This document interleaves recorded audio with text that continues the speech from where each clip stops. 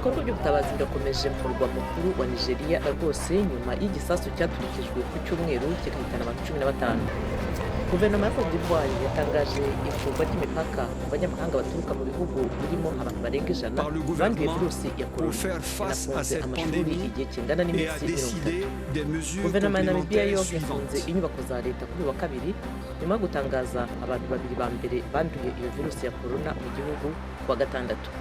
Kandi ubucuruzi buracyendera mu murwa mukuru w'ubucuruzi w'Indoke.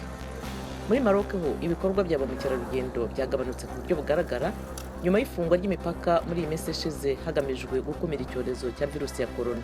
Naho muri Sudani abahanzi bavuga ko bafite icyizere ko amategeko adakarishye ashingiye ku muco azaba ikimenyetso cy'uko igihugu kizemera ubwisanzure burushijeho mu kuvuga icyo umuntu ashaka nubwo bidashira amakenga isaranganya ry'ububasha bwa gisirikare mu gihugu.